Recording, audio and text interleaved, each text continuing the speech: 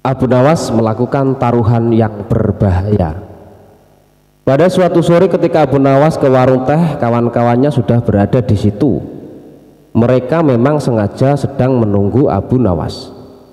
Nah, ini Abu Nawas datang, kata salah seorang dari mereka. Ada apa?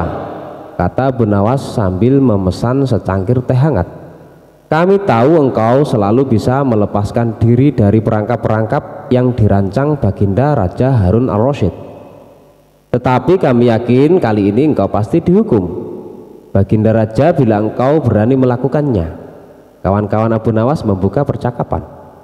Apa yang harus kutakutkan? Tidak ada sesuatu apapun yang perlu ditakuti kecuali Allah Subhanahu wa Ta'ala, kata Abu Nawas menantang.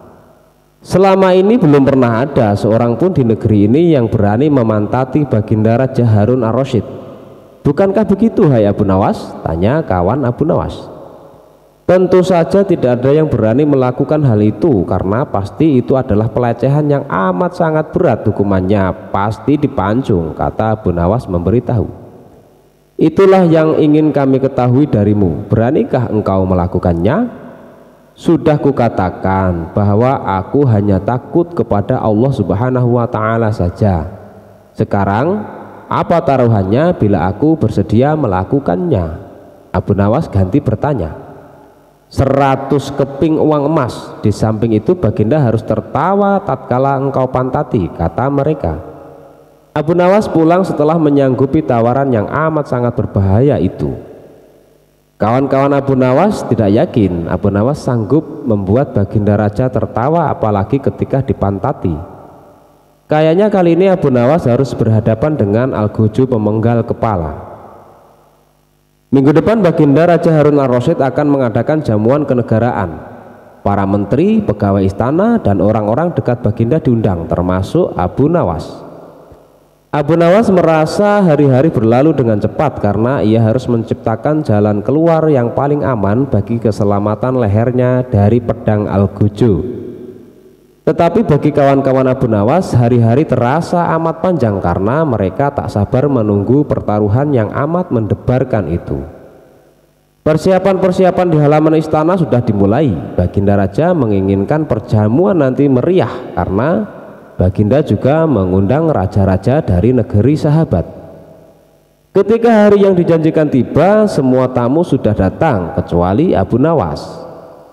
Kawan-kawan Abu Nawas yang menyaksikan dari jauh merasa kecewa karena Abu Nawas tidak hadir. Namun ternyata mereka keliru. Abu Nawas bukannya tidak datang, tetapi terlambat, sehingga Abu Nawas duduk di tempat yang paling belakang. Ceramah-ceramah yang mengesankan mulai disampaikan oleh para ahli pidato, dan tibalah giliran Baginda Raja Harun al-Rasyid menyampaikan pidatonya. Seusai menyampaikan pidato, Baginda melihat Abu Nawas duduk sendirian di tempat yang tidak ada karpetnya. Karena merasa heran, Baginda bertanya, "Mengapa engkau tidak duduk di atas karpet?" "Paduka yang mulia, hamba haturkan terima kasih atas perhatian Baginda. Hamba sudah merasa cukup bahagia duduk di sini," kata Abu Nawas. "Wahai Abu Nawas, majulah dan duduklah di atas karpet. Nanti pakaianmu kotor karena duduk di atas tanah," Baginda Raja menyarankan. "Ampun tuanku yang mulia, sebenarnya hamba ini sudah duduk di atas karpet." Baginda pun bingung mendengar pengakuan Abu Nawas, karena Baginda melihat sendiri Abu Nawas duduk di atas lantai. "Karpet mana yang engkau maksudkan itu, wahai Abu Nawas?" tanya Baginda masih bingung. "Karpet hamba sendiri, tuanku yang mulia. Sekarang hamba selalu membawa karpet karena kemanapun hamba pergi," kata Abu Nawas seolah-olah menyimpan misteri. "Tetapi sejak tadi aku belum melihat karpet yang engkau bawa," kata Baginda Raja bertambah bingung.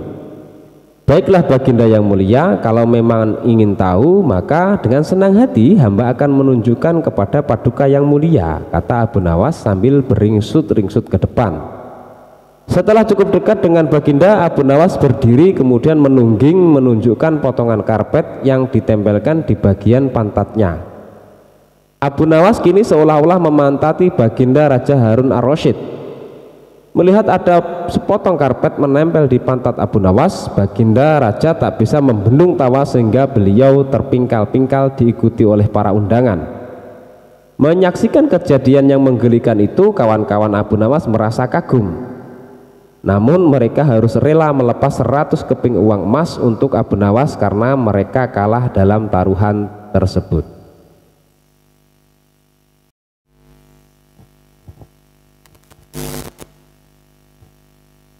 Kisah Abu Nawas dan pintu akhirat.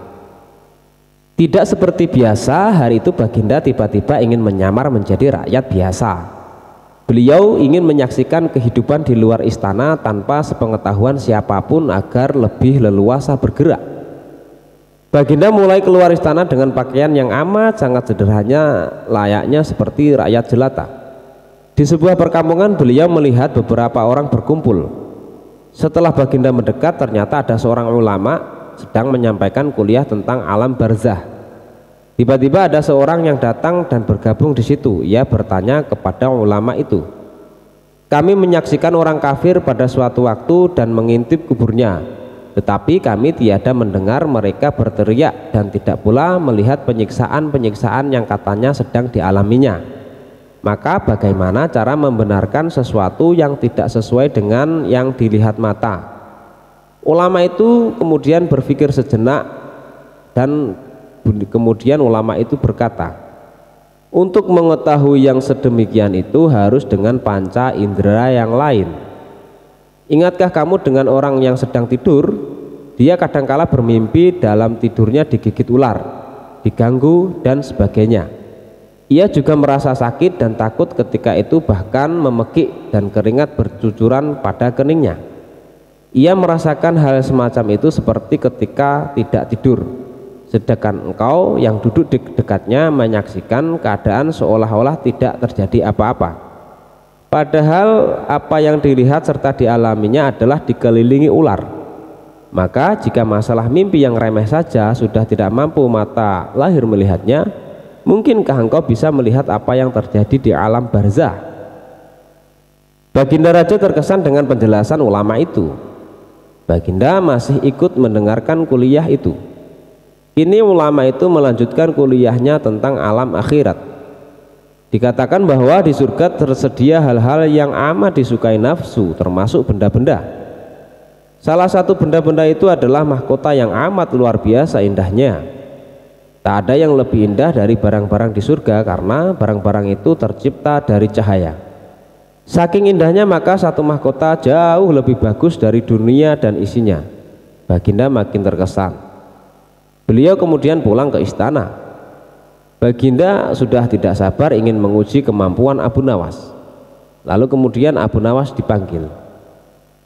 Setelah menghadap baginda Raja, kemudian baginda mengatakan sesuatu kepada Abu Nawas. "Aku menginginkan engkau sekarang juga berangkat ke surga, kemudian bawakan aku sebuah mahkota surga yang katanya tercipta dari cahaya itu. Apakah engkau sanggup, wahai Abu Nawas?" "Sanggup, Paduka yang mulia," kata Abu Nawas, langsung menyanggupi tugas yang mustahil dilaksanakan itu. "Tetapi baginda harus menyanggupi pula satu syarat yang akan hamba ajukan." "Sebutkan syarat itu," kata baginda Raja. "Hamba mohon baginda menyediakan pintunya agar hamba bisa memasukinya." "Pintu apa?" tanya baginda belum mengerti. "Pintu alam akhirat," jawab Abu Nawas. "Apa itu?" tanya baginda ingin tahu. "Kiamat, wahai Paduka yang mulia. Masing-masing alam mempunyai pintu. Pintu alam dunia adalah liang peranakan ibu, pintu alam barzah adalah kematian, dan pintu alam akhirat adalah kiamat. Surga berada di alam akhirat. Bila baginda masih tetap menghendaki hamba mengambilkan sebuah mahkota di surga, maka dunia harus kiamat terlebih dahulu." Mendengar penjelasan Abu Nawas, baginda Raja terdiam. Di sela-sela kebingungan baginda Raja Harun ar-Rasyid, Abu Nawas bertanya lagi, "Masihkah baginda menginginkan mahkota dari surga?" Baginda Raja tidak menjawab. Beliau diam 1000 bahasa. Sejenak kemudian Abu Nawas mohon diri karena Abu Nawas sudah tahu jawabannya. Dan ini adalah kisah Abu Nawas dan harimau berjenggot. Hai Abu Nawas, seru Khalifah Harun al-Rasyid, sekarang juga kamu harus dapat mempersembahkan kepadaku seekor harimau berjenggot. Jika gagal, aku bunuh kau. Kata-kata itu merupakan perintah sultan yang diucapkan dengan penuh tegas dan kegeraman. Dari bentuk mulutnya ketika mengucapkan kalimat itu jelas betapa sultan menaruh dendam kesumat kepada Abu Nawas yang telah berkali-kali mempermainkan dirinya dengan cara-cara yang sangat kurang ajar. Perintah itu merupakan cara baginda untuk dapat membunuh Abu Nawas. Ya tuanku Syah Alam, jawab Abu Nawas, semua perintah paduka akan hamba laksanakan, namun untuk yang satu ini hamba mohon waktu 8 hari. Baik, kata baginda. Al-Kisah, pulanglah Abu Nawas ke rumah. Agaknya ia sudah menangkap gelagat bahwa raja sangat marah kepadanya. Dicarinya akal supaya dapat mencelakakan diriku agar terbalas dendamnya, pikir Abu Nawas. Jadi aku juga harus berhati-hati. Sesampainya di rumah, dipanggilnya 4 orang tukang kayu dan disuruhnya membuat kandang macan. Hanya dalam waktu 3 hari kandang itu pun sudah siap. Kepada istrinya ia berpesan agar menjamu orang yang berjenggot yang datang ke rumah. Apabila Adinda dengar Kakanda mengetuk pintu kelak, suruh dia masuk ke dalam kandang itu, kata Abu Nawas sambil menunjuk kandang tersebut. Ia kemudian bergegas pergi ke musola dengan membawa sajadah. Baik, kata istrinya. Hai Abu Nawas, tumben kamu salat di sini, bertanya imam dan penghulu musola itu. Sebenarnya saya mau menceritakan hal ini kepada orang lain, tapi kalau tidak kepada tuan penghulu, kepada siapa lagi saya mengadu, jawab Abu Nawas. Tadi malam saya ribut dengan istri saya, itu sebabnya saya tidak mau pulang ke rumah. Pucuk dicinta, ulam pun tiba, pikir penghulu itu. Kubiarkan Abu Nawas tidur di sini dan aku pergi ke rumah Abu Nawas menemui istrinya. Sudah lama aku menaruh hati kepada perempuan cantik itu. Hai Abu Nawas, kata si penghulu, bolehkah aku menyelesaikan perselisihanmu dengan istrimu itu? Silahkan, jawab Abu Nawas. Hamba sangat berterima kasih atas kebaikan hati tuan. Maka pergilah penghulu ke rumah Abu Nawas dengan hati bunga-bunga dan dengan wajah berseri-seri. Diketuknya pintu rumah Abu Nawas. Begitu pintu terbuka, ia langsung mengambil istri Abu Nawas dan diajak duduk bersanding. Hai Adinda, katanya, apa gunanya punya suami jahat dan melarat? Lagi pula Abu Nawas hidupnya tak karuan. Lebih baik kamu jadi istriku, kamu dapat hidup senang dan tidak kekurangan suatu apapun. Baiklah kalau keinginan tuan demikian, jawab istri Abu Nawas. Tak berapa lama kemudian terdengar pintu diketuk orang. Ketukan itu membuat penghulu belingsatan. Kemana aku harus bersembunyi? Ia bertanya kepada nyonya rumah.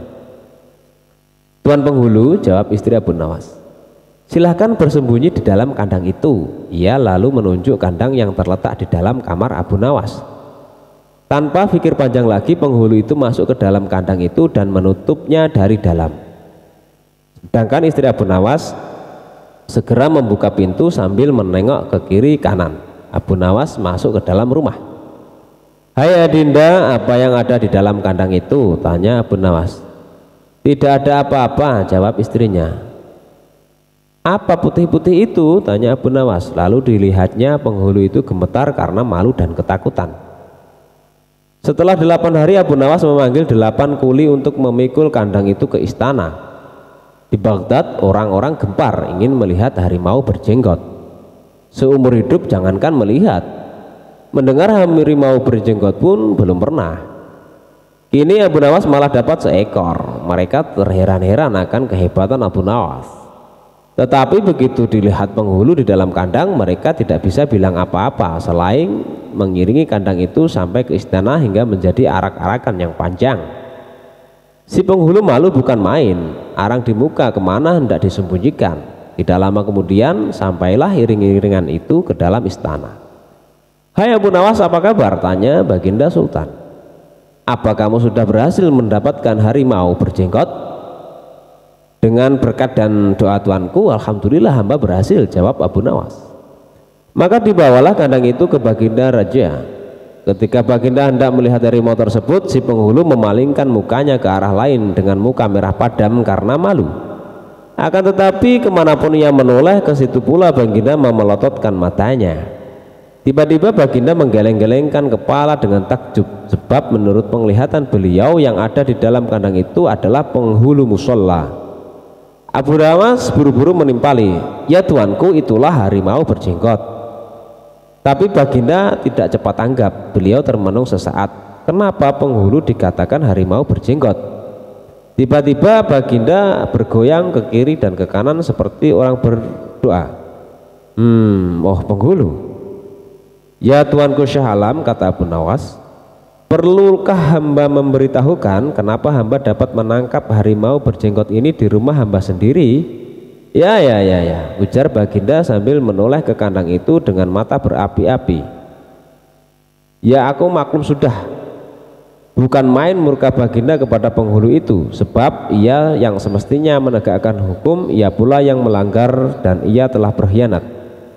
Baginda segera memerintahkan penggawa mengeluarkan penghulu dari kandang dan diarak ke keliling pasar, setelah sebelumnya dicukur segi empat agar diketahui oleh seluruh rakyat betapa aibnya orang yang berkhianat. Dan ini adalah kisah Nawas dan botol ajaib. Tidak ada henti-hentinya, tidak ada kapok-kapoknya. Baginda selalu memanggil Abu Nawas untuk dijebak dengan berbagai pertanyaan ataupun dengan tugas-tugas yang sangat aneh. Hari ini Abu Nawas juga dipanggil ke istana. Setelah tiba di istana, Baginda Raja menyambut Abu Nawas dengan sebuah senyuman. Akhir-akhir ini aku sering mendapat gangguan perut, kata tabib pribadiku. Aku kena serangan angin, kata Baginda Raja memulai pembicaraan. Ampun tuanku, apa yang bisa hamba lakukan hingga hamba dipanggil? Tanya Abu Nawas. Aku hanya menginginkan engkau menangkap angin dan memenjarakannya, kata Baginda. Abu Nawas hanya diam, tak sepatah kata pun keluar dari mulutnya. Ia tidak memikirkan bagaimana cara menangkap angin nanti, tetapi ia masih bingung bagaimana cara membuktikan bahwa yang ditangkap itu memang benar-benar angin. Karena angin tidak bisa dilihat, tidak ada benda yang lebih aneh dari angin.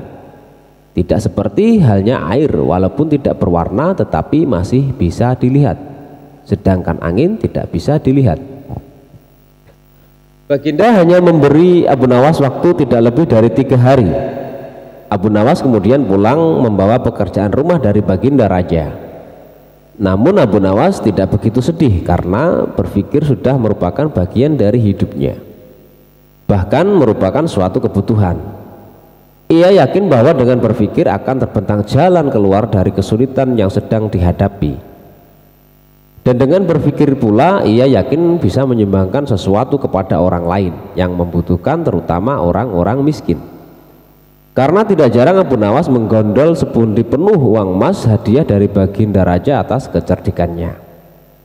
Tetapi sudah 2 hari ini Abu Nawas belum juga mendapatkan akal untuk menangkap angin, apalagi memenjarakannya. Sedangkan besok adalah hari terakhir yang telah ditetapkan oleh Baginda Raja. Abu Nawas hampir saja putus asa.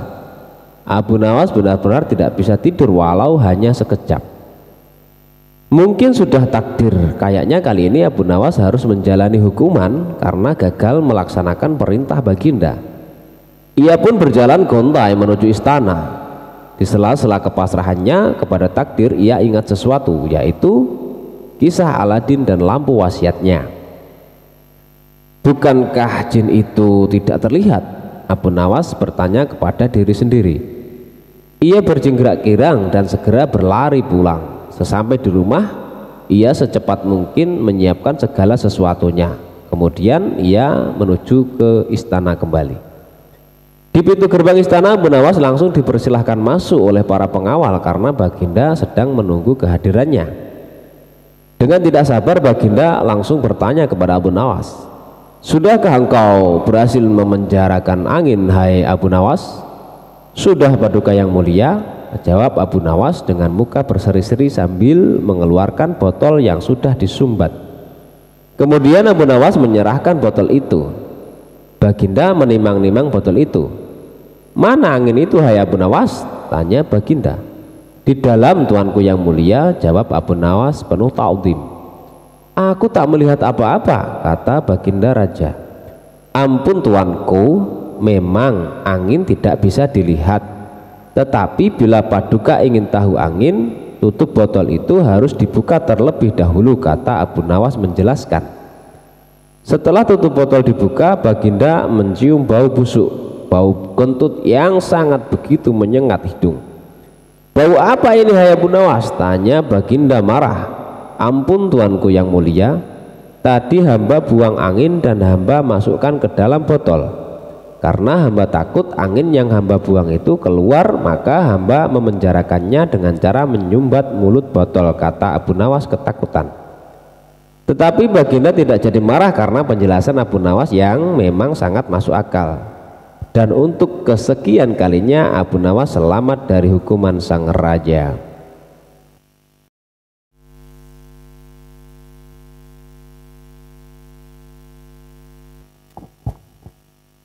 Kisah Abu Nawas tipu menipu.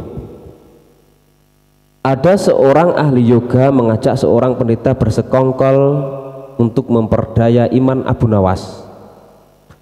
Setelah mereka mencapai kata sepakat, mereka berangkat menemui Abu Nawas di kediamannya. Ketika mereka datang, Abu Nawas sedang melakukan sholat duha. Setelah dipersilahkan masuk oleh istri Abu Nawas, mereka langsung masuk dan menunggu sambil berbincang-bincang santai. Seusai sholat, Abu Nawas menyambut mereka. Abu Nawas dan para tamunya pun bercakap-cakap sejenak. Kami sebenarnya ingin mengajak engkau melakukan pengembaraan suci. Kalau engkau tidak keberatan, bergabunglah bersama kami, kata ahli yoga. Dengan senang hati. Lalu kapan rencananya? Tanya Abu Nawas polos. Besok pagi, kata pendeta. Baiklah kalau begitu, kita bertemu di warung teh besok, kata Abu Nawas menyanggupi. Hari berikutnya mereka berangkat bersama. Abu Nawas mengenakan jubah seorang sufi, ahli yoga, dan pendeta memakai seragam keagamaan mereka masing-masing. Di tengah jalan mereka mulai diserang rasa lapar karena mereka memang sengaja tidak membawa bekal. Hai Abu Nawas, bagaimana kalau engkau saja yang mengumpulkan derma guna membeli makanan untuk kita bertiga? Karena kami akan mengadakan kebaktian, kata pendeta. Tanpa banyak bicara, Abu Nawas berangkat mencari dan mengumpulkan derma dari dusun satu ke dusun yang lain. Setelah derma terkumpul, Abu Nawas membeli makanan yang cukup untuk 3 orang. Abu Nawas kembali ke pendeta dan ahli yoga dengan membawa makanan. Karena sudah tak sanggup menahan rasa lapar, Abu Nawas berkata, mari segera kita bagi makanan ini sekarang juga. Jangan sekarang, kami sedang berpuasa, kata ahli yoga. Tetapi aku hanya menginginkan bagianku saja, sedangkan bagian kalian terserah pada kalian, kata Abu Nawas menawarkan jalan keluar. Aku tidak setuju, kita harus seirama dalam berbuat apapun, kata pendeta. Betul, aku pun tidak setuju karena waktu makanku besok pagi aku baru akan berbuka, kata ahli yoga. Bukankah aku yang engkau jadikan alat pencari derma, dan derma itu sekarang telah kutukar dengan makanan ini. Sekarang kalian tidak mengizinkan aku mengambil bagian sendiri. Itu tidak masuk akal, kata Abu Nawas mulai merasa jengkel. Namun begitu pendeta dan ahli yoga tetap bersikeras tidak mengizinkan Abu Nawas mengambil bagian yang menjadi haknya. Abu Nawas penasaran. Ia mencoba sekali lagi meyakinkan kawan-kawannya agar mengizinkan ia makan bagiannya, tetapi mereka tetap saja menolak. Abu Nawas benar-benar merasa jengkel dan marah. Namun Abu Nawas tidak memperlihatkan sedikit pun kejengkelan dan kemarahannya. Bagaimana kalau kita mengadakan perjanjian, kata pendeta kepada Abu Nawas. Perjanjian apa? Tanya Abu Nawas. Kita adakan lomba. Barang siapa di antara kita bermimpi paling indah, maka ia akan mendapat bagian yang terbanyak. Yang kedua lebih sedikit, dan yang terburuk akan mendapat paling sedikit. Pendeta itu menjelaskan. Abu Nawas setuju dengan tidak memberi komentar apa-apa. Malam semakin larut, embun mulai turun ke bumi. Pendeta dan ahli yoga mengantuk dan tidur. Abu Nawas tidak bisa tidur, ia hanya pura-pura tidur. Setelah merasa yakin kawan-kawannya sudah terlelap, Abu Nawas menghampiri makanan itu. Tanpa berpikir dua kali, Abu Nawas memakan habis makanan itu hingga tidak tersisa sedikit pun. Setelah merasa kekenyangan, Abu Nawas baru bisa tidur. Keesokan harinya mereka bangun hampir bersamaan. Ahli yoga dengan wajah berseri-seri bercerita, tadi malam aku bermimpi memasuki sebuah taman yang mirip sekali dengan nirwana. Aku merasakan kenikmatan yang belum pernah kurasakan sebelumnya di dalam hidup ini. Pendeta mengatakan bahwa mimpi ahli yoga benar-benar menakjubkan, betul-betul luar biasa. Kemudian giliran pendeta menceritakan mimpinya. Aku seolah-olah menembus ruang dan waktu, dan ternyata memang benar. Aku secara tidak sengaja berhasil menyusup ke masa silam di mana pendiri agamaku hidup. Aku bertemu dengan beliau dan yang lebih membahagiakan adalah aku diberkatinya. Ahli yoga pun memuji kehebatan mimpi dari pendeta tersebut. Abu Nawas hanya diam, ia bahkan tidak merasa tertarik sedikit pun.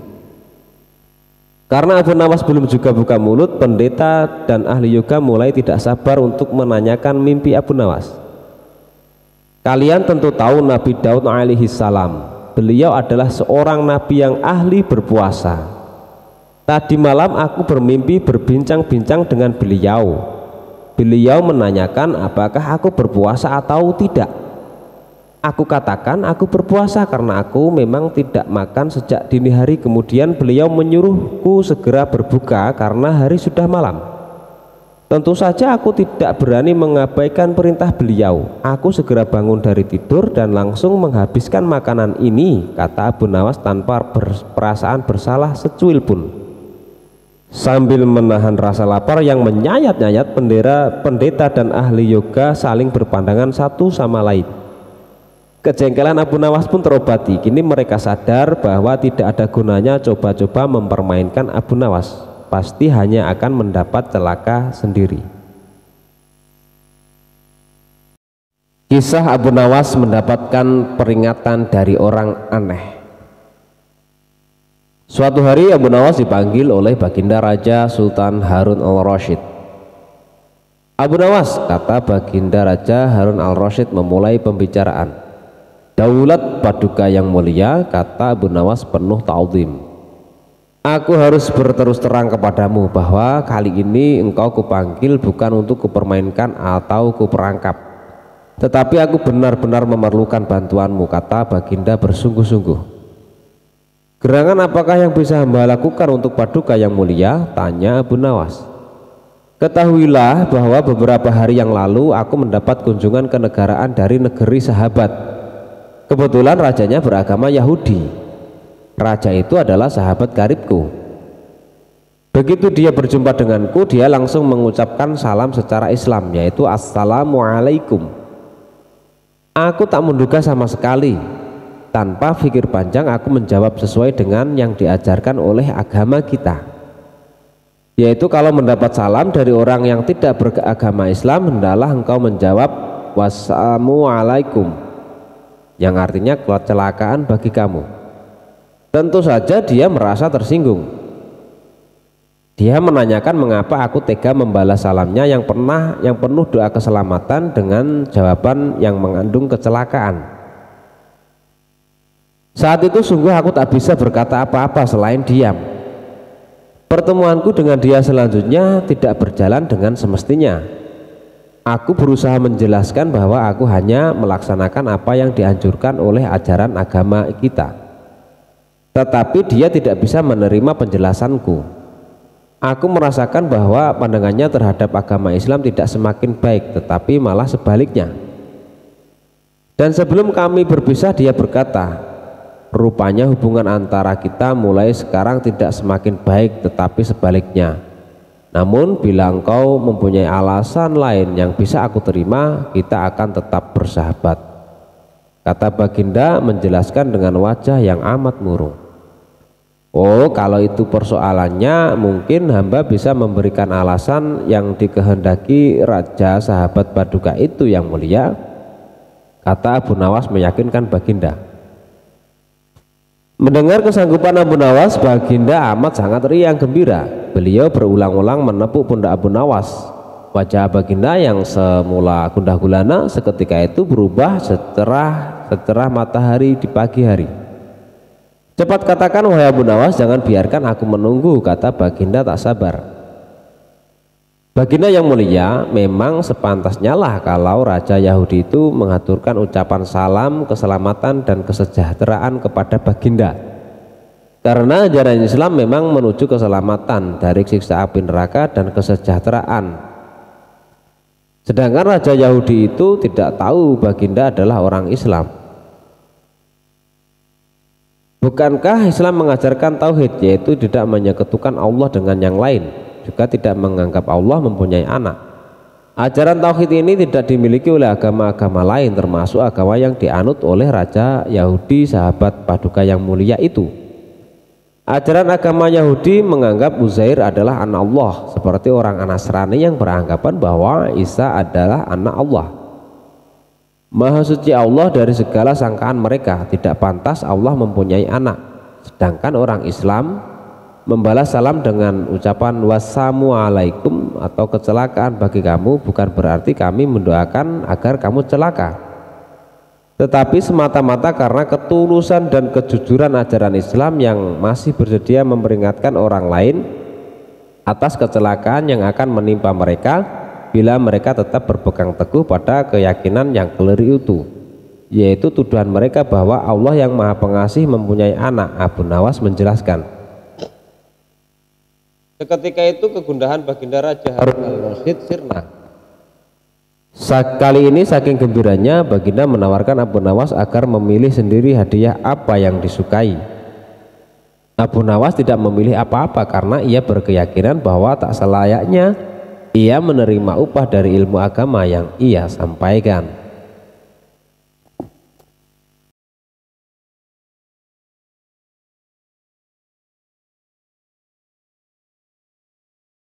Kisah Raja dan Jin Ifrit. Dengarlah wahai Ifrit, dahulu kala di sebuah negeri bernama Souman di daratan Persia ada seorang raja bernama Raja Yunani. Beliau sangat kaya raya dan terkenal dengan keberaniannya. Sayang dia menderita penyakit kusta yang tidak kunjung sembuh. Puluhan tabib telah dipanggilnya, namun tidak ada satu obat pun yang bisa menghilangkan kusta dari tubuhnya. Suatu hari datanglah di negeri itu seorang tabib bernama Duban. Dia sudah mendalami berbagai ilmu dari Yunani kuno sampai Yunani modern, dari Persia hingga Syria. Dia ahli dalam pengobatan maupun astrologi. Keahliannya membuat kagum tabib-tabib lainnya dan juga para ilmuwan. Ketika tabib Duban mendengar tentang penyakit yang diderita Raja Yunani, dia bermaksud untuk mencoba mengobatinya. Maka dipelajarilah kembali berbagai buku untuk mencari obat yang paling manjur. Esoknya dia menghadap Raja Yunani. Setelah memberikan penghormatan, disampaikanlah maksud kedatangannya, yaitu untuk mengobati penyakit kusta raja. Tuanku, saya dengar bahwa belum ada satu tabib pun yang bisa menyembuhkan penyakit Paduka. Jika Paduka mengizinkan, insya Allah saya bisa menyembuhkannya tanpa obat ataupun salep. Katanya, bagaimana caranya?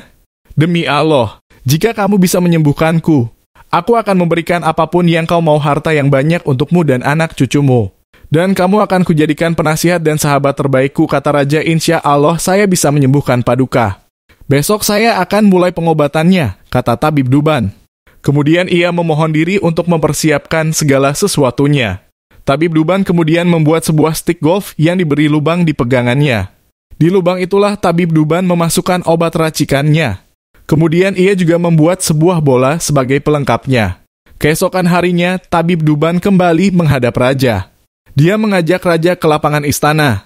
Kemudian memberi raja stik golf buatannya dan sebuah bola. Dimintanya raja untuk memukul bola tersebut sambil menunggang kuda. Pukullah bolanya dengan sekuat tenaga. Saat badan Paduka berkeringat, maka panas tubuh Baginda akan membuat obat yang ada di dalam stik golf ini ke seluruh tubuh Paduka. Setelah itu, Paduka boleh kembali ke istana untuk mandi air hangat. Pastikan untuk menggosok tubuh Paduka hingga bersih. Lalu istirahatlah.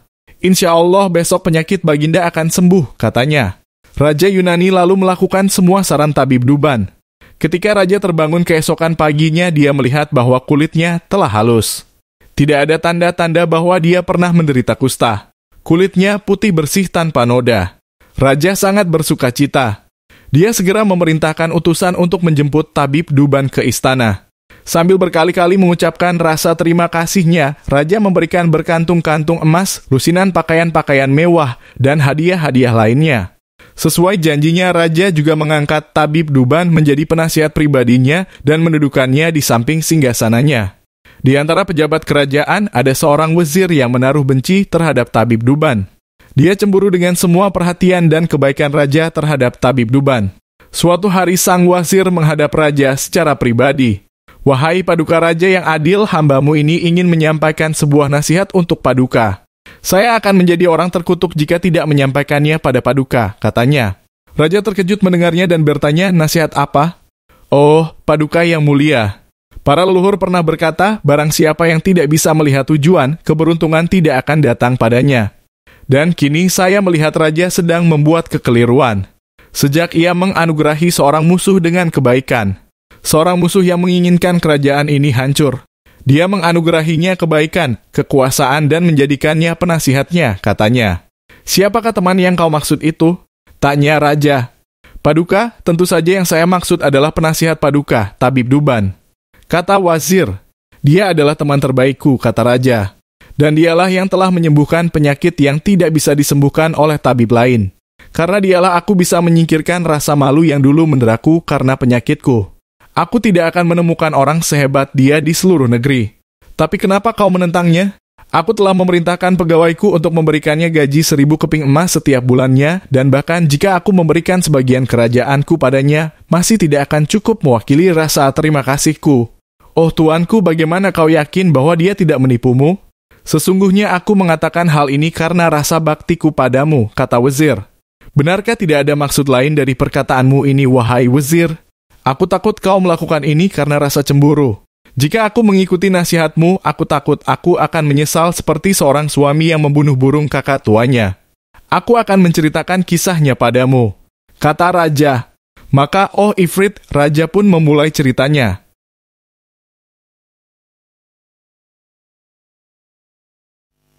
Kisah Abu Nawas lolos dari amukan sang istri. Diam-diam ternyata Abu Nawas memiliki istri yang sangat pencemburu. Pada saat Abu Nawas sering pulang larut malam, ia selalu marah-marah. Pada suatu hari Abu Nawas keluar rumah hingga larut malam. Hal itu pun membuat istrinya merasa gelisah dan emosi karena sudah berjam-jam menunggu di rumah. Ia pun tidak bisa tidur gara-gara Abu Nawas yang masih dalam tanda tanya. Bahkan istri Abu Nawas sudah menyiapkan suatu rencana untuk memarahi Abu Nawas ketika dia pulang nanti. Waktu pun sudah menunjukkan larut malam, begitu gelap. Namun Abu Nawas tetap saja tak kunjung kembali pulang. Tiba-tiba saja dalam kondisi yang seperti itu terdengar suara yang seperti orang hendak masuk dari jendela rumah yang terbuat dari kayu itu. Mendengar suara itu, istri Abu Nawas pun langsung siap siaga untuk melancarkan aksinya. Ia menuju jendela sambil memegang sepotong kayu berukuran lumayan besar. Ia berpikir bahwa Abu Nawas sengaja masuk rumah melalui jendela karena takut dimarahi olehnya. Tak lama kemudian masuklah seseorang melalui jendela yang ukurannya relatif kecil. Dalam kondisi yang sangat gelap, wajah orang tersebut tak kelihatan. Akan tetapi istri Abu Nawas yang sudah terlanjur tersulut emosinya langsung saja memukulkan kayu ke orang tersebut. Ia memukul secara membabi buta hingga membuat orang yang dikira suaminya itu jatuh tak berdaya. Ampun, ampun, ujar orang tersebut. Tentu saja karena pukulan yang membabi buta yang dilakukan oleh istri Abu Nawas tersebut membuat orang tadi terkapar di lantai. Istri Abu Nawas pun merasa sangat puas dengan tindakannya ini. Ia menganggap bahwa tindakannya setimpal atas kesalahan suaminya si Abu Nawas. Ayo cepat bangun, lain kali jangan diulangi lagi dengan pulang larut malam, kata istri Abu Nawas dengan nada membentak.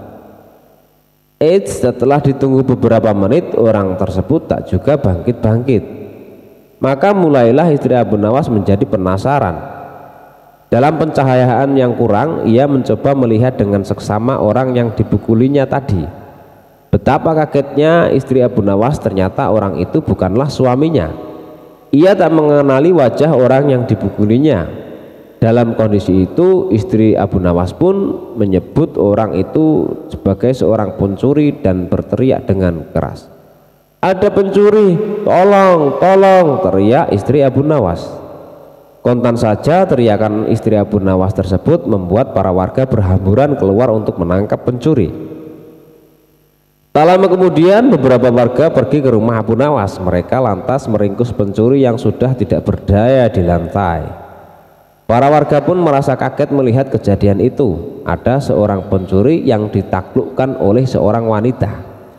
Pencuri itu babak belur terkena pukulan dari istri Abu Nawas.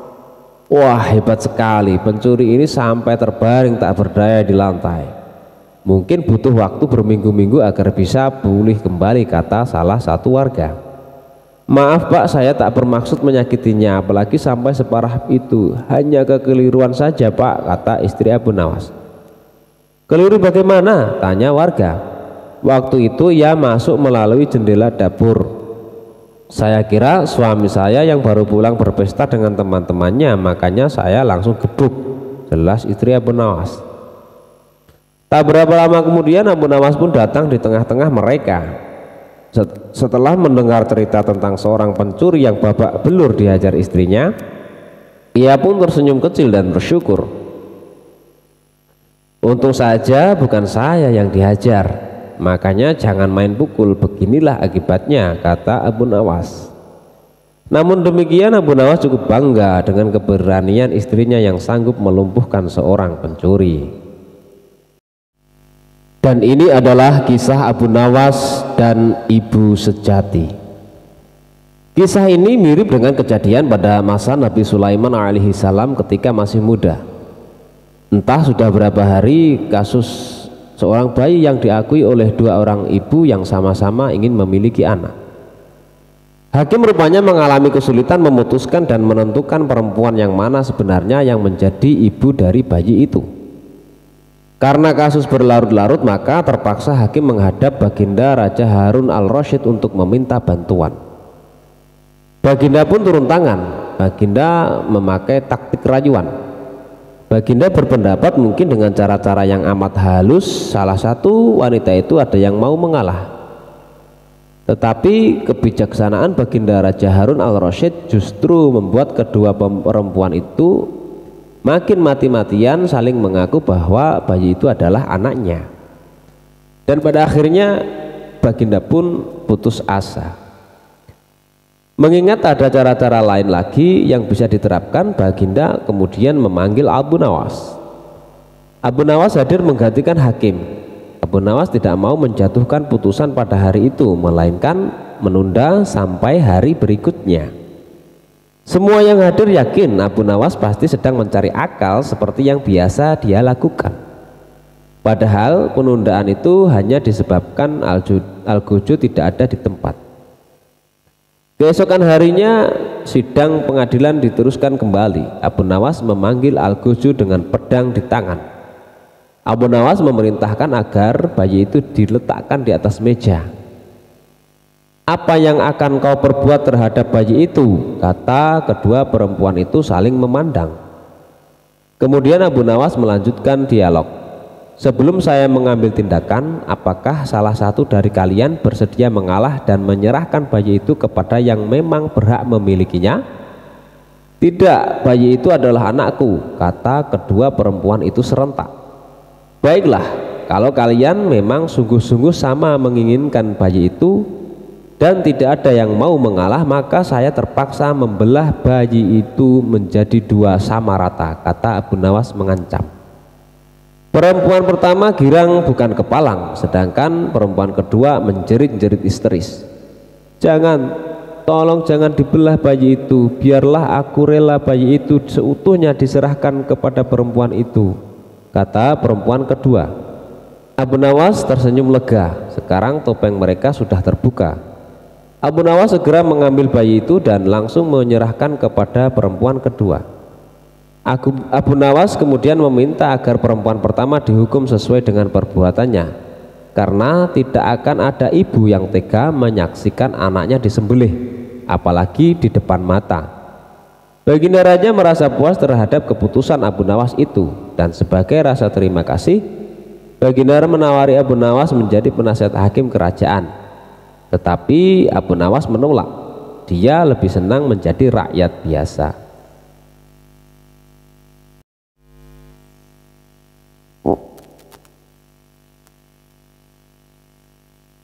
Kisah Abu Nawas dan pesan bagi hakim.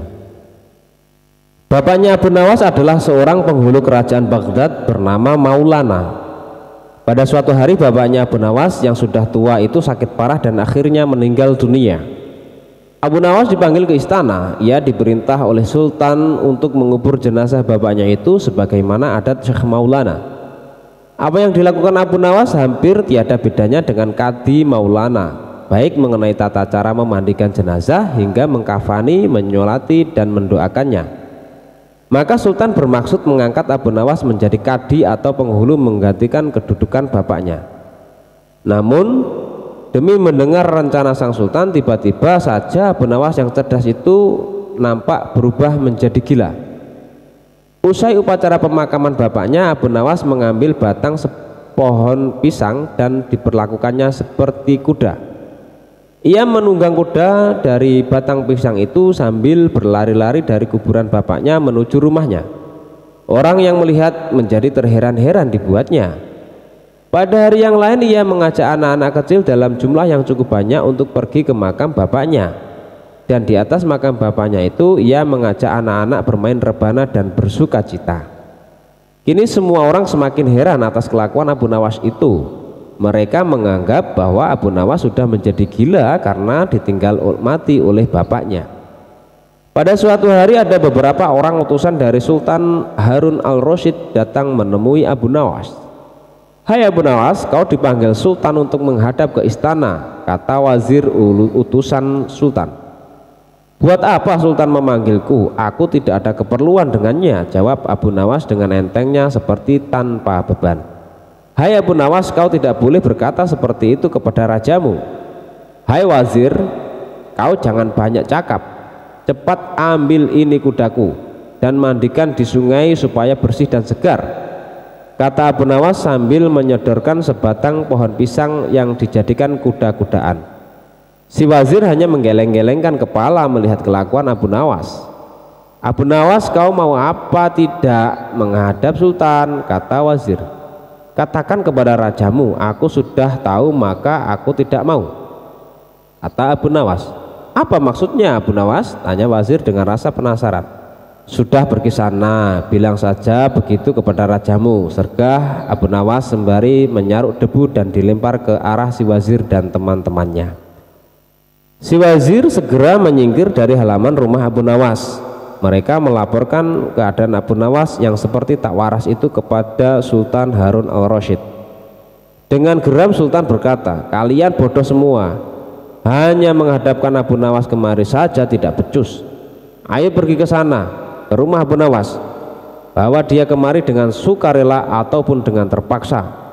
Si wazir segera mengajak beberapa prajurit istana dan dengan paksa Abu Nawas dihadirkan di hadapan raja. Namun lagi-lagi di depan raja Abu Nawas berlagak pilon. Bahkan tingkah lakunya ugal-ugalan tak selayaknya berada di hadapan seorang raja. Abu Nawas bersikaplah sopan, tegur Baginda. "Ya Baginda, tahukah Anda?" "Apa Abu Nawas?" "Baginda, terasi itu asalnya dari udang." "Kurang ajar, kau menghinaku Nawas."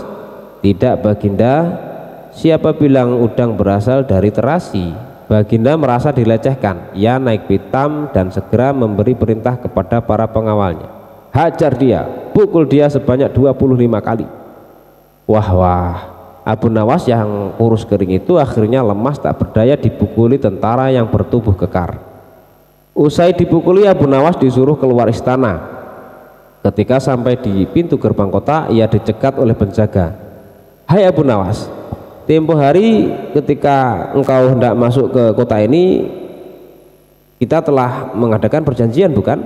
Masa kau lupa pada janjimu itu? Jika engkau diberi hadiah oleh Baginda, maka engkau berkata, aku bagi dua, engkau satu bagian, aku satu bagian. Nah, sekarang mana bagianku itu?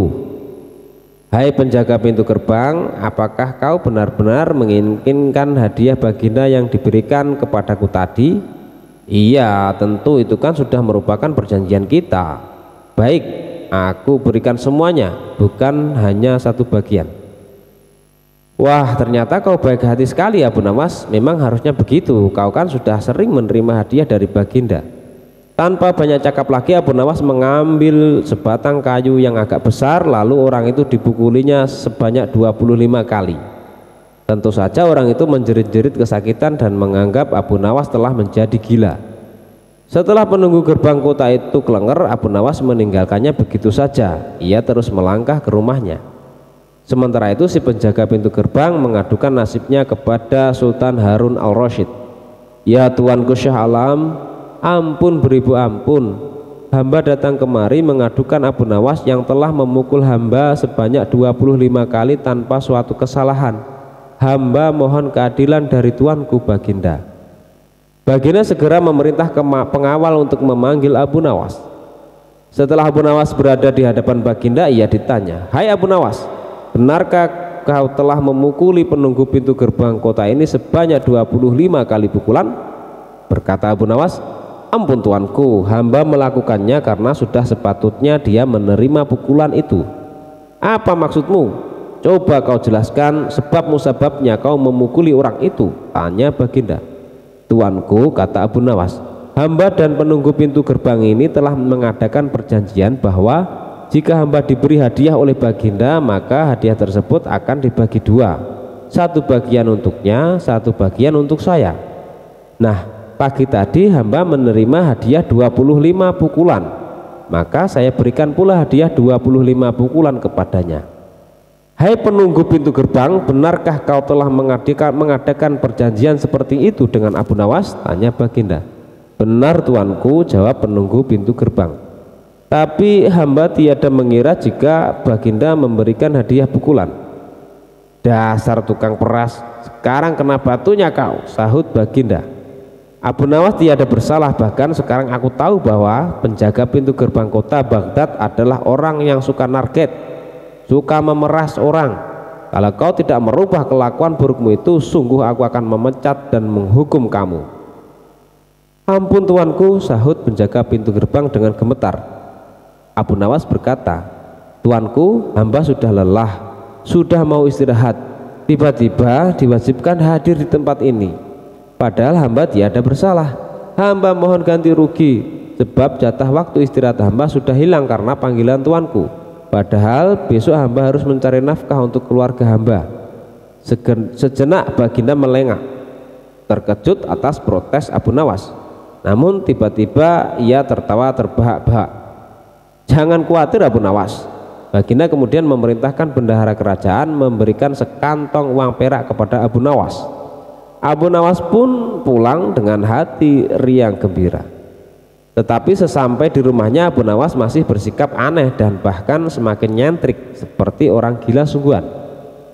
Pada suatu hari, Raja Harun al-Rasyid mengadakan rapat dengan para menterinya. "Apa pendapat kalian mengenai Abu Nawas yang hendak kuangkat sebagai kadi?"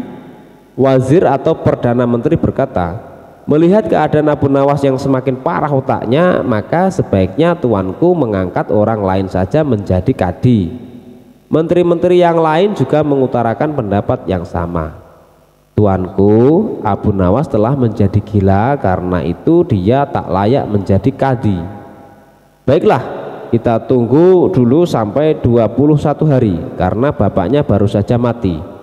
Jika tidak sembuh-sembuh, juga bolehlah kita mencari kadi yang lain saja." Setelah lewat 1 bulan Abu Nawas masih dianggap gila, maka Sultan Harun al-Rasyid mengangkat orang lain menjadi kadi atau penghulu kerajaan Baghdad.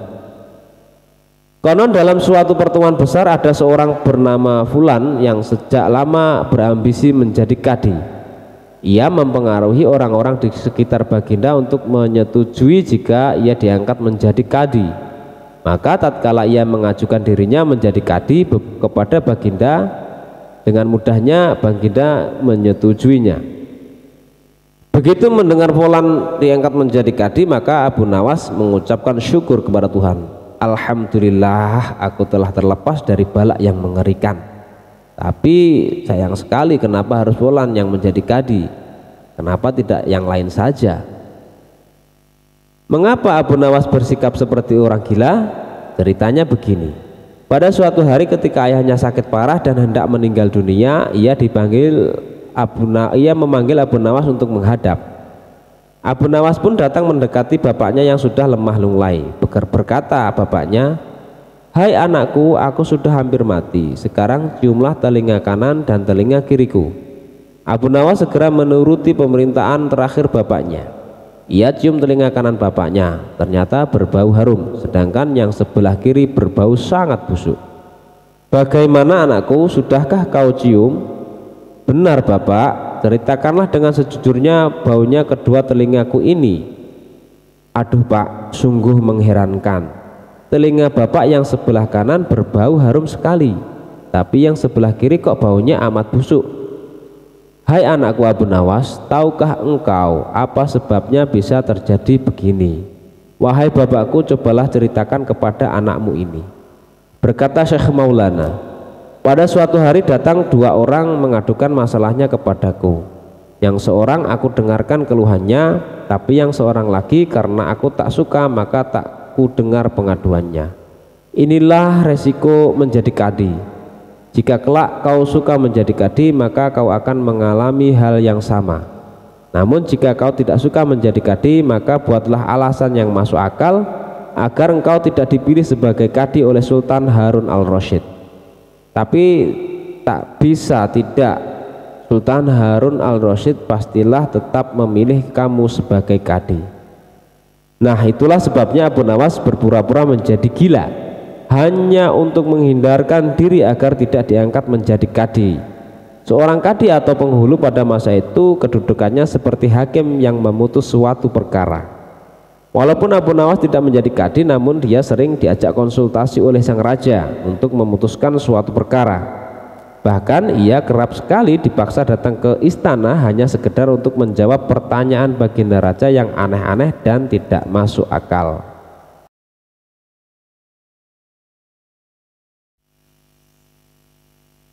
Kisah Abu Nawas akan dihukum pancung. Cita-cita atau obsesi menghukum Abu Nawas sebenarnya masih bergolak.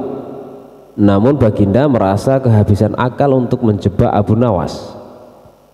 Seorang penasihat kerajaan kepercayaan Baginda Raja menyarankan agar Baginda memanggil seorang ilmuwan ulama yang berilmu tinggi untuk menandingi Abu Nawas. Pasti masih ada peluang untuk mencari kelemahan Abu Nawas. Menjebak pencuri harus dengan pencuri dan ulama dengan ulama. Baginda menerima usul yang cemerlang itu dengan hati bulat. Setelah ulama yang berilmu tinggi berhasil ditemukan, Baginda Raja menanyakan cara terbaik menjerat Abu Nawas. Ulama itu memberitahu cara-cara yang paling jitu kepada Baginda Raja. Baginda Raja manggut-manggut setuju. Wajah Baginda tidak lagi murung. Apalagi ulama itu menegaskan bahwa ramalan Abu Nawas tentang takdir kematian Baginda Raja sama sekali tidak mempunyai dasar yang kuat. Tiada seorang pun manusia yang tahu kapan dan bumi akan mati, apalagi tentang ajal seseorang. Ulama andalan Baginda Raja mulai mengadakan persiapan seperlunya untuk memberikan pukulan fatal bagi Abu Nawas. Siasat pun dijalankan sesuai rencana. Abu Nawas terjerembab ke pangkuan siasat sang ulama. Abu Nawas melakukan kesalahan yang bisa menghantarnya ke tiang gantungan atau tempat pemancingan. Benarlah peribahasa yang berbunyi, sebandai-pandai tupai melompat pasti suatu saat akan terpeleset. Kini Abu Nawas benar-benar mati kutu. sebentar lagi ia akan dihukum mati karena jebakan sang ilmuwan ulama. Benarkah Abu Nawas sudah keok? Kita lihat saja nanti. Banyak orang yang merasa simpati atas nasib Abu Nawas, terutama orang-orang miskin dan tertindas yang pernah ditolongnya. Namun derai air mata para pecinta dan pengagung Abu Nawas tak akan mampu menghentikan hukuman mati yang akan dijatuhkan. Baginda Raja Harun al-Rasyid benar-benar menikmati kemenangannya. Belum pernah baginda terlihat seriang sekarang. Keyakinan orang banyak bertambah mantap. Hanya satu orang yang tetap tidak yakin bahwa hidup Abu Nawas akan berakhir setragis itu, yaitu istri Abu Nawas. Bukankah Allah Azza wa Jalla lebih dekat daripada urat leher? Tidak ada yang tidak mungkin bagi Allah yang maha gagah, dan kematian adalah mutlak urusannya. Semakin dekat hukuman mati bagi Abu Nawas, orang banyak semakin resah. Tetapi bagi Abu Nawas malah sebaliknya. Semakin dekat hukuman bagi dirinya, semakin tenang hatinya. Malah Abu Nawas nampak setenang air di danau di pagi hari. Baginda Raja tahu bahwa ketenangan yang ditampilkan Abu Nawas hanyalah merupakan bagian dari tipu dayanya. Tetapi Baginda Raja telah bersumpah pada diri sendiri bahwa beliau tidak akan terkecoh untuk kedua kalinya. Sebaliknya Abu Nawas juga yakin selama nyawa masih melekat maka harapan akan terus menyertainya. Tuhan tidak mungkin menciptakan alam semesta ini tanpa ditaburi harapan-harapan yang menjanjikan, bahkan dalam keadaan yang bagaimanapun gentingnya. Keyakinan seperti inilah yang tidak dimiliki oleh Baginda Raja dan ulama itu.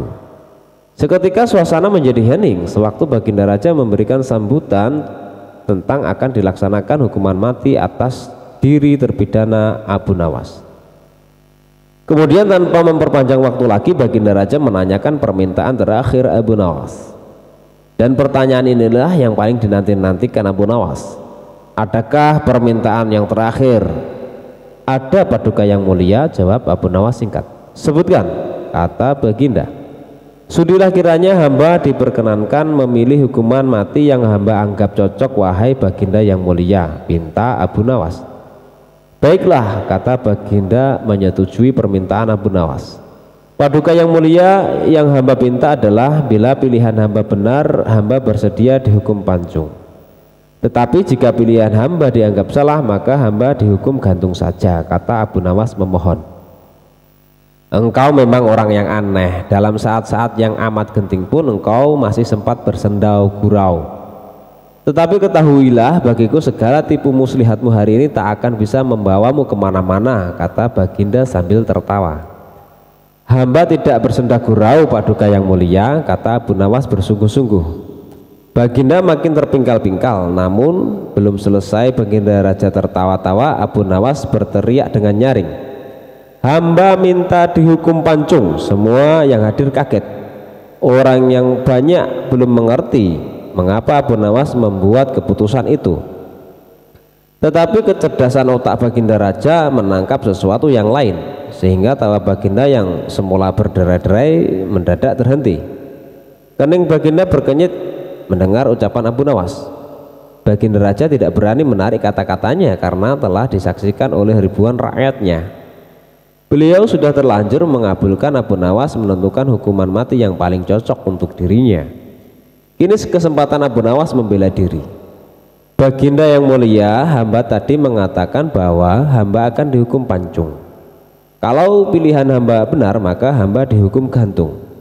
Tetapi di manakah letak kesalahan pilihan hamba sehingga hamba harus dihukum gantung? Padahal hamba telah memilih hukuman pancung. Olah kata Abu Nawas memaksa Baginda Raja dan ulama itu tercengang. Benar-benar luar biasa otak Abu Nawas ini. Rasanya tidak ada lagi manusia pintar selain Abu Nawas di negeri Baghdad ini. Abu Nawas, aku mengampunimu, tapi sekarang jawablah pertanyaanku ini. Berapa banyakkah bintang di langit? Oh, gampang sekali tuanku. Iya, tapi berapa? 100 juta, 100 miliar? Tanya Baginda. Bukan tuanku, cuma sebanyak pasir di pantai. Kau ini, bagaimana bisa orang menghitung pasir di pantai? Bagaimana pula orang bisa menghitung bintang di langit? Kau memang penggeli hati, kau adalah pelipur lawaku. Abu Nawas, mulai sekarang jangan segan-segan. Sering-seringlah datang ke istanaku. Aku ingin selalu mendengar lelucon-leluconmu yang baru. Siap Baginda. Lalu Baginda memerintahkan bendahara kerajaan memberikan sekantong uang kepada manusia terlucu di negerinya itu. Kisah Abu Nawas dan pukulan yang menjadi dinar. Pada suatu hari Abu Nawas menghadap ke istana. Ia pun bercakap-cakap dengan sultan dengan hati yang riang gembira. Tiba-tiba terlintas dalam pikiran di benak sultan, bukankah ibu si Abu Nawas ini sudah meninggal? Aku ingin mencoba kepandaiannya sekali lagi. Aku ingin menyuruh dia membawa ibunya ke istanaku ini. Kalau berhasil akan aku beri hadiah 100 dinar.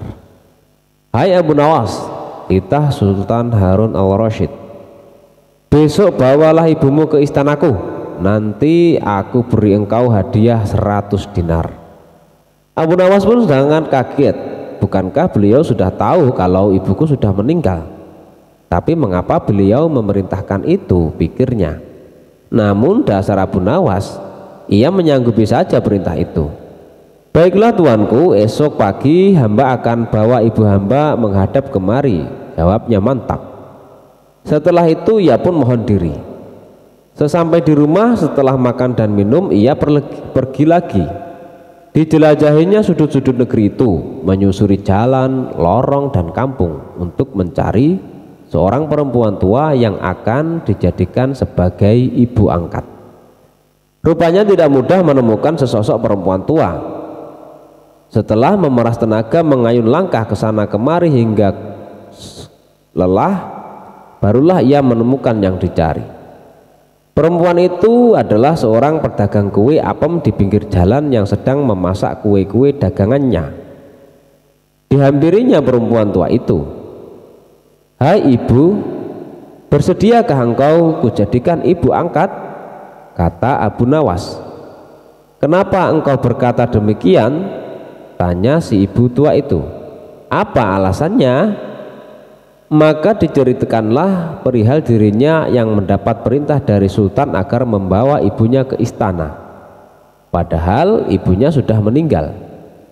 Abu Nawas juga bercerita bahwa dia dijanjikan akan membagi 2 hadiah dari sultan yang akan diterimanya dengan ibu tua tersebut. Uang itu dapat ibu simpan untuk bekal meninggal bila sewaktu-waktu dipanggil Tuhan, kata Abu Nawas. Baiklah, kata si ibu tua itu, aku sanggup memenuhi permintaanmu itu.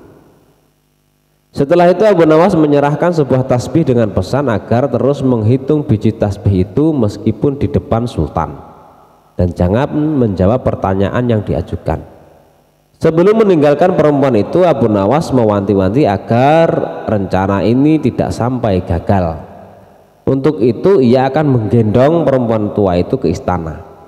Baiklah anakku, moga-moga Tuhan memberkatimu, kata si ibu tua itu, dan terutama kepada ibuku. Keesokan harinya, pagi-pagi sekali Abu Nawas sudah sampai di istana lalu memberikan salam kepada sultan. Assalamualaikum ya tuanku Syah Alam. Waalaikumsalam Abu Nawas, jawab sultan. Setelah itu sultan memandang Abu Nawas. Bukan main terkejutnya sultan melihat Abu Nawas menggendong seorang perempuan tua. Siapa yang kamu gendong itu? Tanya Sultan Harun al-Rasyid. Dia adalah ibuku, kata Abu Nawas. Benarkah itu ibumu? Benar tuanku, inilah ibuku. Beliau sudah tua dan kakinya lemah dan tidak mampu berjalan kemari, padahal rumahnya sangat jauh. Itulah sebabnya hamba menggendong ibu kemari, kata Abu Nawas sambil mendudukkan ibu tua itu di hadapan sang raja. Setelah duduk, ibu tua itu pun segera memegang tasbih dan segera menghitung biji tasbih tanpa henti, meski sultan mengajukan beberapa pertanyaan kepadanya. Tentu saja sultan tersinggung. Ibumu ini sangat tidak sopan Abu Nawas. Lagi pula apa yang dikatakannya itu sampai tidak mau berhenti. Sembah Abu Nawas, ya Tuanku Syah Alam, suami ibu hamba ini 99 banyaknya. Beliau sengaja menghafal nama-nama mereka satu persatu dan tidak akan berhenti sebelum selesai semuanya. Demi mendengar ucapan Abu Nawas itu perempuan itu pun melempar tasbih dan bersembah datang kepada Sultan. Ya Tuanku Syah Alam, katanya, adapun hamba ini dari muda sampai tua begini hanya seorang suami hamba. Apabila sekarang ini berada di hadapan tuanku, itu adalah atas permintaan Abu Nawas. Dia berpesan agar hamba menghitung-hitung biji tasbih dan tidak menjawab pertanyaan tuanku. Nanti Abu Nawas akan membagi dua hadiah yang akan diterimanya dari tuanku. Begitu mendengar ucapan perempuan tua itu, Sultan tertawa dan menyuruh memukul Abu Nawas 100 kali. Ketika perintah itu akan dilaksanakan, Abu Nawas minta izin untuk dipertemukan dengan Sultan. Ya tuanku, hukuman apakah yang akan tuanku jatuhkan kepada hamba ini? Karena engkau berjanji kepadaku akan membawa ibumu kemari, aku pun berjanji akan memberi hadiah uang 100 dinar. Tapi karena kamu tidak bisa memenuhi janjimu, dapatlah engkau 100 kali pukulanku, kata Sultan. Ya tuanku Syah Alam, kata Abu Nawas, hamba berjanji dengan perempuan tua ini akan membagi dua hadiah yang akan tuanku berikan kepada hamba. Tetapi karena sekarang hamba mendapat dera, hadiah itu juga harus dibagi dua, karena yang bersalah 2 orang. Hamba terimalah hukuman itu, tetapi 50 seorang dengan perempuan tua ini. Dalam hati Sultan bergumam, jangankan dipukul 50 kali, dipukul sekali saja perempuan tua ini tidak akan mampu berdiri. Setelah itu Sultan memberi 50 dinar kepada perempuan itu sambil berpesan agar tidak cepat percaya kepada Abu Nawas bila lain kali menemuinya. Dengan sukacita diterimanya hadiah itu dan dipandangnya Abu Nawas. Ya tuanku Syah Alam, ampun beribu ampun, jika ibuku telah mendapat anugerah dari Paduka, tidak adil kiranya bila anaknya ini dilupakan begitu saja. Ya terimalah pula bagianmu, ujar Baginda sambil tersenyum. Ini semua orang tertawa dalam hati setelah Abu Nawas bermohon diri pulang ke rumah. Demikianlah pula perempuan itu dan semua yang hadir di balairu istana dengan perasaan masing-masing. Asmara memang aneh. Secara tak terduga pangeran yang menjadi putra mahkota jatuh sakit. Sudah banyak tabib yang didatangkan untuk memeriksa dan mengobati, tetapi tak seorang pun mampu menyembuhkannya. Akhirnya raja mengadakan sayembara. Sayembara boleh diikuti oleh rakyat dari semua lapisan, tidak terkecuali oleh para penduduk negeri tetangga. Sayembara yang menyediakan hadiah menggiurkan itu dalam waktu beberapa hari berhasil menyerap ratusan peserta. Namun tak satu pun dari mereka berhasil mengobati penyakit sang pangeran. Akhirnya sebagai sahabat dekat Abu Nawas menawarkan jasa baik untuk menolong putra mahkota. Baginda Harun al-Rasyid menerima usul itu dengan penuh harap. Abu Nawas sadar bahwa dirinya bukanlah tabib. Dari itu ia tidak membawa peralatan apa-apa. Para tabib yang ada di istana tercengang melihat Abu Nawas yang datang tanpa peralatan yang mungkin diperlukan. Mereka berpikir, mungkinkah orang macam Abu Nawas ini bisa mengobati penyakit sang pangeran, sedangkan para tabib terkenal dengan peralatan yang lengkap saja tidak sanggup. Bahkan penyakitnya saja tidak terlacak. Abu Nawas merasa bahwa seluruh perhatian tertuju padanya, namun Abu Nawas tidak begitu memperdulikannya. Abu Nawas dipersilahkan memasuki kamar pangeran yang sudah terbaring. Ia menghampiri sang pangeran dan duduk di sisinya.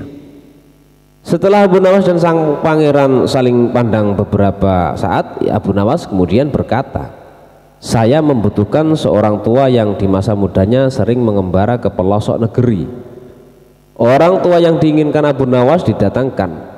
Lalu Abu Nawas bertanya, sebutkan satu persatu nama-nama desa di daerah selatan. Ketika orang tua itu menyebutkan nama-nama desa di bagian selatan, Abu Nawas menempelkan telinganya ke dada sang pangeran. Kemudian Abu Nawas memerintahkan agar menyebutkan bagian utara, barat, dan timur. Setelah semua bagian negeri disebutkan, Abu Nawas mohon agar diizinkan mengunjungi sebuah desa di sebelah utara. Raja merasa heran. Engkau keundang ke sini bukan untuk bertamasya, kata sang raja. Hamba tidak bermaksud berlibur yang mulia, kata Abu Nawas. Tetapi aku belum paham, ucap Baginda Sultan Harun al-Rasyid. Maafkan hamba paduka yang mulia, kurang bijaksana rasanya bila hamba jelaskan sekarang, kata Abu Nawas. Lalu kemudian Abu Nawas pun pergi selama 2 hari. Sekembalinya dari desa itu, Abu Nawas menemui sang pangeran dan membisikkan sesuatu, kemudian menempelkan telinganya ke dada sang pangeran. Lalu Abu Nawas menghadap sang raja. Apakah yang mulia masih menginginkan sang pangeran tetap hidup? Tanya Abu Nawas. Apa maksudmu? Raja balas bertanya kepada Abu Nawas. Sang pangeran ini sedang jatuh cinta pada seorang gadis desa di sebelah utara negeri ini, kata Abu Nawas menjelaskan. Bagaimana kau tahu? Ketika nama-nama desa di seluruh negeri disebutkan, tiba-tiba degup jantungnya bertambah keras ketika mendengarkan nama sebuah desa di bagian utara negeri ini. Dan sang pangeran pun tidak berani mengutarakannya kepada Baginda. Ucap Abu Nawas. Lalu apa yang harus aku lakukan? Tanya Abu Nawas. Mengawinkan pangeran dengan gadis desa itu, jawab Abu Nawas. Kalau tidak, tawar raja ragu-ragu. Cinta itu buta. Bila kita tidak berusaha mengobati kebutaannya, maka ia akan mati. Rupanya saran Abu Nawas tidak bisa ditolak. Sang pangeran adalah putra satu-satunya yang merupakan pewaris tunggal kerajaan. Abu Nawas benar. Begitu mendengar persetujuan sang raja, sang pangeran pun berangsur-angsur pulih. Sebagai tanda terima kasih, kemudian raja memberi Abu Nawas sebuah cincin permata yang sangat amat indah.